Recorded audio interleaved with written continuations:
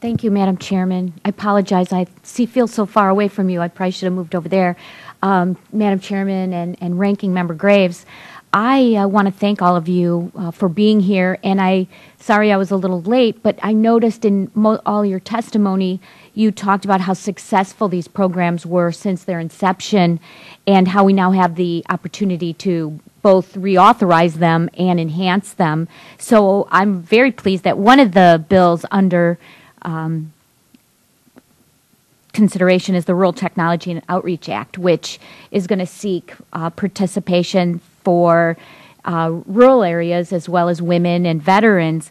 But I'd like to hear further from any of you on the panel what you think we need to do or what you plan to do with regards to outreach, or how do we get more participation from those areas?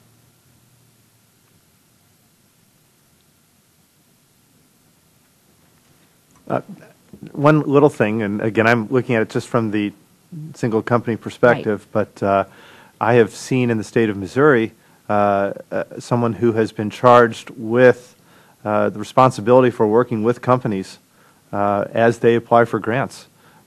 So whether that's done at the federal level or at the state level, I'm not sure what's the right way. But again, getting back to my comment to Congressman Thompson, the idea that there would be resources that would help that company make a sophisticated application is, I think, really important.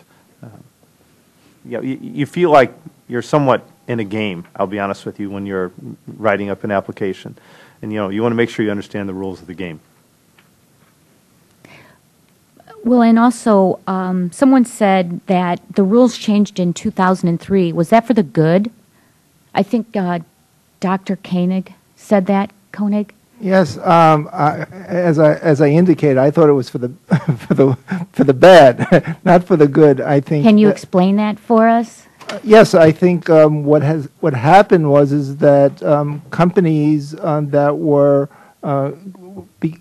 receiving SBIR funds were no longer now eligible to receive those SBIR funds. So, as a result, since that time, and the NIH has nice documentation. The number of grant applications have gone down. There's been a general sense that the quality of the applications have gone down.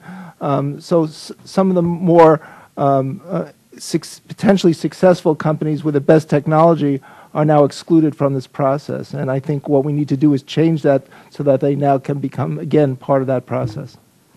And one last question. So have you let us know that, I'm sure, and I'm new, but have you let anybody know that we need to change that so more people have an opportunity to use the funds? Well, I think that's a large part of the testimony from this panel today. Right. I think there was a consensus that the greatest impact would be to change that rule to allow now for the venture-backed companies to again participate in that program. Because most people are telling me now they're fearful that there's not going to be enough in there because we've expanded it to rural women, veterans. Well, I think again it's going back to what it was. So I think that in the end we're getting now back to a more even playing field, and ultimately having the best companies compete for the limited resources here, which I think is in the interest of the country.